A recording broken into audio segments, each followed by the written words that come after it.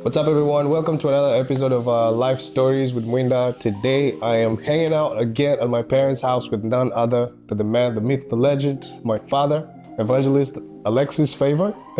How you doing today? Yeah, well, by God's grace. First of all, I thank God for this opportunity. Yeah, I had Mama Nicole did the interview. I wasn't around, so I was kind of jealous. I was like, okay, this is my time. I want to do it today. As Abraham said, I'm a evangelist missionary, Alexis Favor. I love the Lord, is my savior and my Lord. Amazing, amazing. So today we're going to be talking about Dad's childhood and get to learn how it was growing up in Kinshasa. Tell us about growing up in Congo. You remind me a lot of stuff because, as a city boy in Kinshasa, life was smooth, with the parent around, enjoying life. In Kinshasa, we used to eat 3 times a day. In the morning, you have your breakfast, and noontime, you have your lunch.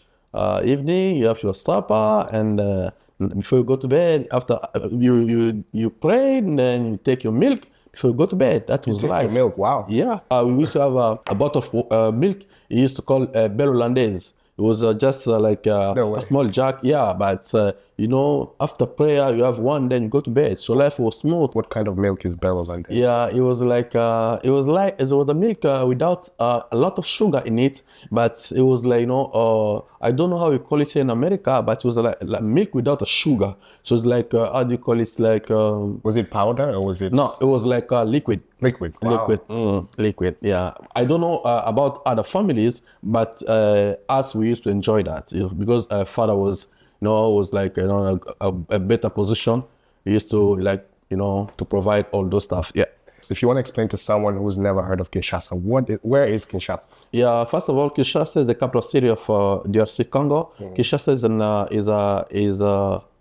Congo is in Central Africa.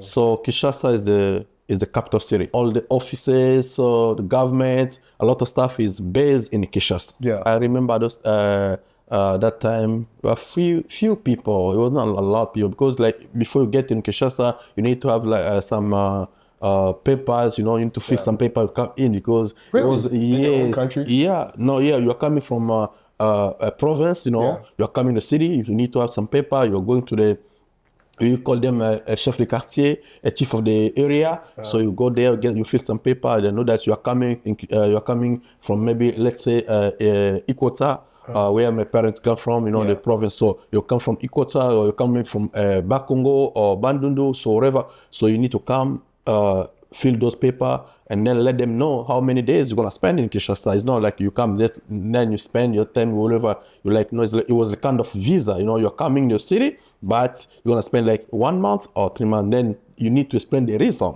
why you're in Kinshasa. In the same country? Yeah, the same country. It's not like here. Like I just came from Dallas and I just came. I didn't tell anyone. I just showed up. No, it wasn't You like have that. to like. Yeah, you need to show some papers. What kind of food did you eat? Yeah, growing up? we have chicken, we have meat, we have vegetable, everything. When I say everything, then also is not like generic food. It was the organic one. Yeah. Organic food. Yeah, beans, leek, celery, potato, sweet potato. So everything, every kind of food in the world is there in Congo. So what was your favorite food growing up?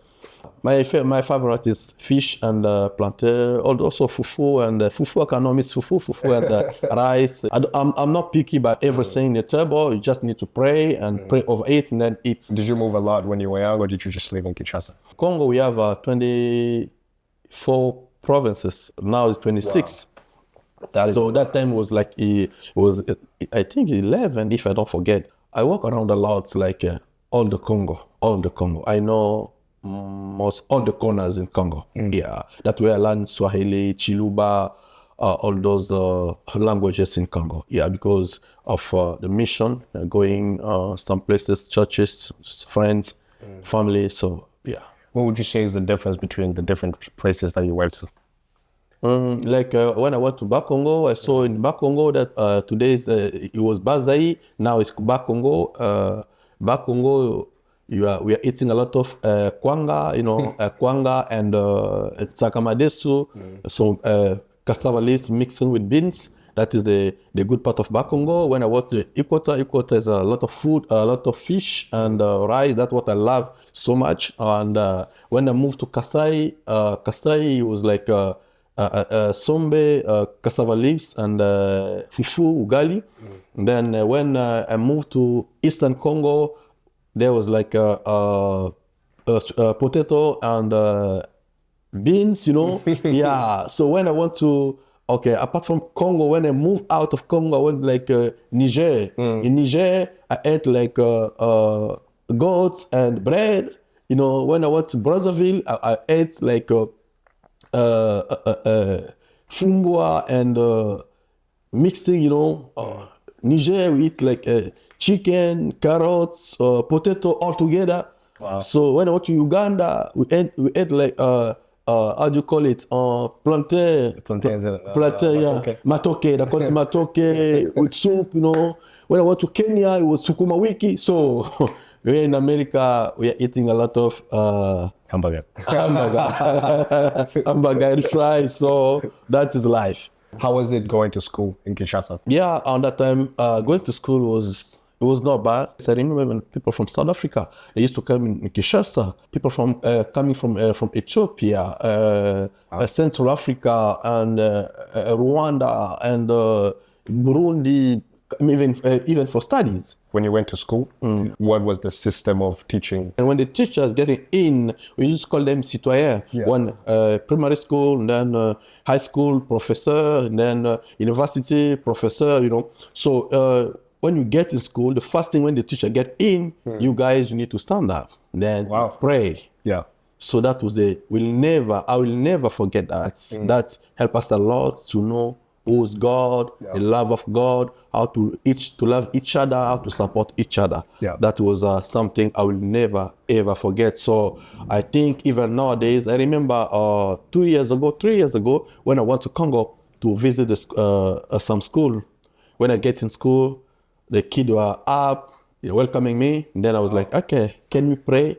So it was because it was it's in my mind. So I know that before everything, we need to put God. But What was the system? Like, how many years for primary? How many years for, like, what was the... yeah, in school, in primary school, you need to stay 6 years just to get a certificate. So you go to high school, 6 years to finish high school, and then you go to university. It depends. You can graduate after 3 years. You can graduate after 5 years. If you want to do medicine, you can graduate after 7 years or 6 years. It depends. In primary school, like we used to do like design, drawing, and design, and they're showing us how to write. We call it écriture. We used to have some book. We call it cahier écriture. So that's a book of how to write. They're gonna show you. Don't be out of the line. Just keep the line right. In Congo, we have 4 national languages. Okay. So we have Lingala, Swahili, Kikongo, and Chiluba. But in school, we learn only in French. So that was kind of it was like official language. Official was French. But when you start primary school, before, nowadays everything changed. Now it's like French. Even when in kindergarten, so I don't know, call it program or school. Yeah. You need to start in French. But before it was Lingala, French altogether. You get to high school, école secondaire. Now you start français, mathématiques, French, mathematics, history, geography, chemistry, anatomy, biology, all those stuff that in high school. That's in high school. Yeah, but so mostly chemistry and biology and anatomy, you get it when you get in third, troisième. We used to call it troisième. It's like you first year, second and the third year, and then you start chemistry, biology, and anatomy, and other stuff. You call it also, we used to call it éducation à la vie. These are courses, we call it éducation à la vie, meaning life education. So when we hear about Congo, we hear about insecurity, we hear about war, we hear about all the things that are not so positive. So when you were growing up, how was the relationships between people? How did you guys coexist together? Congo, in Kinshasa, even all Congo, But I'm talking a lot about Kinshasa because where I was born, grow, the city. So I know it well. So Congo, we didn't hear about the war. We didn't hear about it. We had a president, Mobutu. Sometime in life, we just see the negative side. We don't see the positive side. But I want to talk a little bit about the positive way or positive side of Mobutu. To me, as a child in Kinshasa, what I remember in a security way, Mobutu was the best. Okay. Yeah, he knew how to fix stuff. Wow. It's the same today. There's some pastors you can preach maybe about grace. Yeah. Somebody preach about faith. You are a pastor, him is a pastor, but about grace is the best on that side. You on the faith, you are best on that side. So Mobutu on the security side, Mobutu was the best. Wow. Yeah, he knew how to fix things. He knew how to make everything in place. He knew when something happened is there. We live in a peaceful way. Yeah. All those years, and never until when Mobutu left Congo, 1997, that's where everything turned around. Where at Congo, we used to live in peace, even neighbors. We used to, you can go to a neighbor when the parents are not around. Yeah. You're coming from school, you don't need to worry. You just go to your neighbor. You go, hey, mom, I'm here. So, okay, the first question I'll ask you, how's school? You eat something? Yeah. They want to feed you. Wow, at the neighbor's place. Wow. So you can, if your parents are late, you can even sleep over there. They don't want to know that you are safe. Yeah. That's the way we grow up in Congo. We didn't know that where you come from. If you speak Swahili or Lingala or Chiluba, we didn't know those stuff. Yeah. No, because Mobutu he was a guy who put us together. Something I learned to his life was he used to put people in peace and unity. Yeah, he loved everybody. Also, especially like even army, we see all the people like even you come from Eastern Congo, Western Congo, or North or South, all together. Put all together. He worked with all of them. So that was a good part of Mobutu. Yeah, So you've been back to Congo a few times recently, and we'll talk about that in part 2. This is part 1.